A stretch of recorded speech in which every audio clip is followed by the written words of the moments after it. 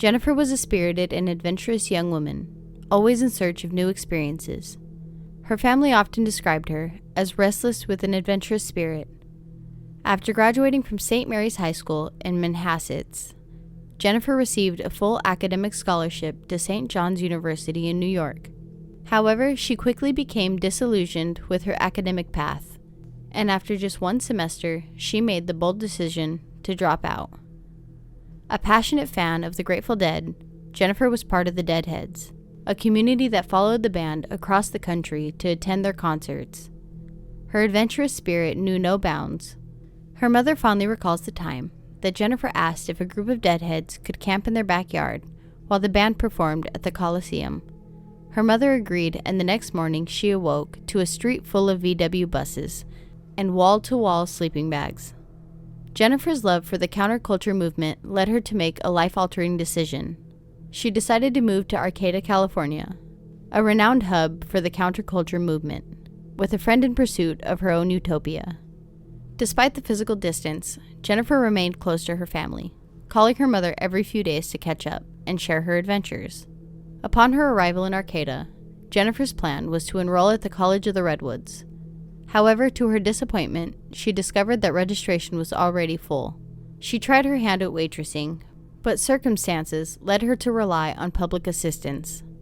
Embracing the counterculture, she exchanged her conventional appearance for dreadlocks, often styled atop of her head, and frequently spent time at the local landmark, the Arcata Plaza.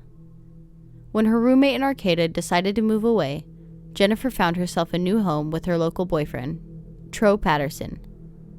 Tro, along with 3 other housemates, rented a house in Hawkins Bar. Jennifer's pursuit of a new life in Arcata included finding work at a local farm, and she reached out to a friend to discuss this opportunity. Her friend recommended that she show up on Monday. On the morning of September 13th, 1993, Jennifer set out on her journey to hitchhike to the farm, leaving behind a note that read, "Bye everybody, went to my first day at the farm. Wish me luck. Good luck to you, Mingo, and see you in a few months. If someone could give food to the kitten as needed, I'd appreciate it. Hopefully, I'll see you folks later. Love, Jade." Notably, she left all of her belongings behind, indicating her intention to return. 2 days after her departure, concerned friends visited the farm and learned that Jennifer had never arrived. Alarmed by her absence, they promptly informed local authorities, and Jennifer's parents were notified. Unfortunately, Jennifer's free-spirited nature seemed to lead local law enforcement to initially dismiss her disappearance, suggesting that she might have simply run away, or was traveling with the Deadheads. Shockingly, her name had not even been entered into the National Missing Persons database. In their quest for answers, Jennifer's parents took matters into their own hands, flying to California to conduct their investigation. Their frustration grew when they discovered that none of her roommates had been interviewed. To garner greater attention and action in Jennifer's case, they launched an extensive letter-writing campaign. As time passed and other young women in the area began to vanish under mysterious circumstances, interest in Jennifer's disappearance intensified. The need for answers and justice became more pressing than ever. Wilmer was last seen in Northern California on September 13, 1993. There are 2 conflicting accounts of her whereabouts on the day of her disappearance. One summary states that Wilmer was last seen leaving her residence in Willow Creek, California, to go to a travel agency to retrieve an airplane ticket for a scheduled trip back to New York. She never arrived at the agency and has not been seen since. The second account states that Wilmer was last seen hitchhiking from the Hawkins Bar area of California to Willow Creek for a possible job opportunity at a farm on September 13th. Wilmer has never been heard from again, and her case remains unsolved. Foul play is suspected in her disappearance. Karen is fondly remembered as a compassionate and environmentally conscious young woman who brightened the lives of those around her with her sense of humor and fun-loving spirit. Her journey began in Whittier, California, where she grew up with her mother and brother following her parents' divorce. However, when Karen was just 13 years old, a significant chapter in her life unfolded as she moved to Eureka, California, only 3 years before her mysterious disappearance. In Eureka, Karen found a new home with her aunt and uncle, Bill and Annie Casper, alongside her mother, Mary Casper. The decision was made out of concern for her well-being, as Mary was a single mother who devoted a substantial amount of time to work. They believed that Karen would be better supervised and safer in Eureka, while still maintaining a connection to her home in Orange County through visits during vacations and summer breaks. Karen possessed a remarkable drive, particularly during her teenage years. At just 16, she set her sights on graduating from high school a year ahead of schedule, eager to embark on her journey studying environmental sciences at college. She was in the midst of applying to various colleges when she mysteriously vanished from her life. Annie Casper, her aunt, recalls Karen as an independent and determined individual who excelled academically, consistently earning A's. She was her own person, very vivacious, very strong, very smart. She was opinionated, but she had an agenda, and she wanted to help change the world, Annie shared. The day Karen went missing was filled with activity as she and her mother were engrossed in the college application process. Their plans for the upcoming summer included taking college courses together, highlighting their strong mother-daughter bond. Their morning was spent filling out paperwork, including FAFSA forms, as they prepared to take the next steps towards higher education. On the day of her disappearance, Karen dedicated her afternoon to helping at her aunt's shoe store, Annie's Shoes, located at the Bayshore Mall in Eureka. Later in the day, at around 2:45 p.m., Annie left to head to her job at a daycare center, offering Karen a ride. However, on that sunny day, Karen opted to walk the short mile to her destination. Concern arose that evening when Annie went to pick up Karen from the Coastal Family Development Center, only to discover that the lights were all out and the staff informed her that Karen had not shown up that day. The investigation into Karen's disappearance revealed a potential lead. A former police officer reported having to slam on his brakes to avoid hitting a light blue 1977 Ford Granada. He witnessed a girl who resembled Karen getting into the vehicle, which bore California license plates with the word Eureka imprinted on the rear license plate frame. The driver was described as a 60 to 70-year-old man with balding light gray or sandy blonde hair, gray or green eyes, a small build, a likely broken nose, and wearing prescription-type eyeglasses and a long-sleeved blue button-up shirt. Despite composite sketches being created, neither the man nor the car had ever been identified. The Eureka Police Department initiated a thorough investigation into the case. A command center was established at a local hotel where family and volunteers gathered, while law enforcement tirelessly followed up on approximately 1,200 vehicles matching the witness's description. In 1999, a potential lead emerged when Wayne Adam Ford walked into a sheriff's office and confessed to killing a woman.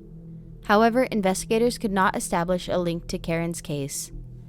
In 2004, the largest land search effort since Karen's disappearance was conducted, involving cadaver-sniffing dogs and numerous interviews. Despite these extensive efforts, no substantial leads emerged. Over the years, there have been attempts to link Robert Durst to Karen's abduction, as he bore an uncanny resemblance to the suspect's sketch and was known to visit Annie's shoe store following her disappearance. However, investigators have been unable to rule him out as a suspect. Tragically, Robert Durst passed away in prison in January 2022, leaving this haunting mystery unresolved. Christine Walters was a young woman with an unquenchable thirst for adventure and a deep love for the world around her. Family and friends fondly remembered her as a dedicated student with a sharp mind and a natural magnetism that drew people to her. Christine's passions extended to teaching yoga and Pilates, as well as pursuing her studies in biology at the University of Wisconsin. In the summer of 2008, Christine's life took an exciting turn as she made plans to visit friends in Portland, Oregon. She had initially purchased a round-trip airline ticket with the intention of staying only 3 weeks, but as her visit drew to a close, she phoned her parents with a different plan. Christine expressed her desire to extend her stay on the West Coast, captivated by the region's stunning natural beauty and the laid-back lifestyle it offered. Her newfound interest included embracing natural foods, thrift store shopping, and working at an organic farm in Stevens Point, where she was pursuing her education.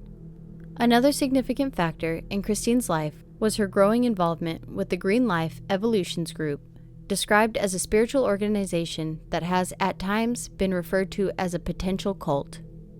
It's worth noting that the group has since disbanded.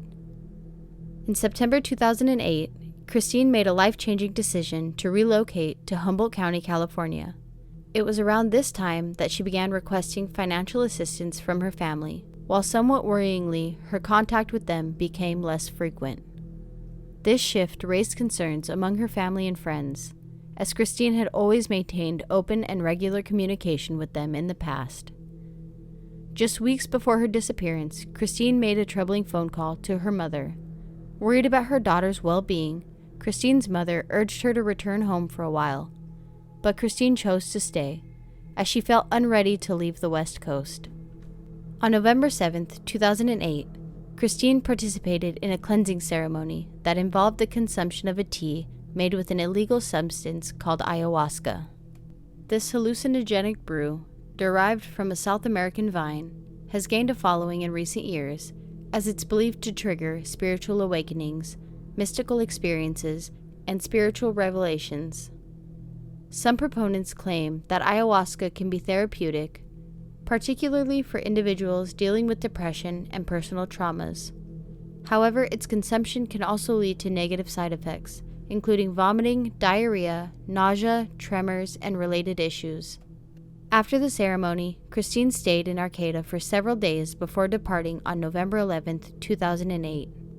4 days after the ceremony, a couple made a startling discovery when they found Christine naked and disoriented on the doorstep of their rural Arcata home. She appeared cold, hungry, and thirsty, with extensive scratches covering her body. Alarmed by her condition, the couple promptly contacted the police, leading to Christine's hospitalization for treatment and evaluation. Investigators who interacted with her found her responses evasive. She claimed to have walked a long way and expressed a belief that demons could hear her and were pursuing her. She was released from the hospital on the same day and accommodated at the Red Lion Inn. During her stay, Christine called her mother multiple times, expressing fear that someone was after her. Worried for her daughter's mental health, her mother offered to come and get her, but Christine assured her that she would be fine. As Christine Walter's story takes a tragic turn, the events on November 14, 2008 become the center to her disappearance. Christine visited a local copy center around 3:30 in the afternoon, wearing her hospital-issued pajamas. Her mother had faxed documents to the shop, which Christine would use to obtain new identification for a return flight. Witnesses at the copy center reported that Christine appeared disheveled and was acting paranoid, frequently looking over her shoulder.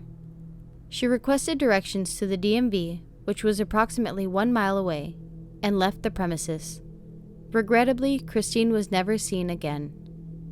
In the critical 2 weeks that followed her disappearance, little progress was made in locating her, despite assurances from law enforcement that they were actively involved in the investigation. This lack of action during the crucial early stages of her disappearance prompted her family to seek additional help in their relentless quest to find Christine. At the time of her disappearance, Christine was wearing hospital-issued pajama bottoms and a sweatshirt, along with Crocs shoes. She had distinctive tattoos, including a large green and purple iris on the nape of her neck and a small black butterfly on her lower front hip. Her left nostril was pierced, and she had double pierced ears. As the sun sets over the majestic redwoods of Humboldt County, the shadows of the missing linger, a testament to the mysteries that endure in this enigmatic land. These stories remind us that even in the most picturesque of places, the truth can remain elusive. The families left in the wake of these disappearances continue to search for closure, and the communities stand united in their hope for answers. In Humboldt County, the echoes of the missing resonate, a haunting reminder that sometimes the secrets of the forest are never fully unveiled.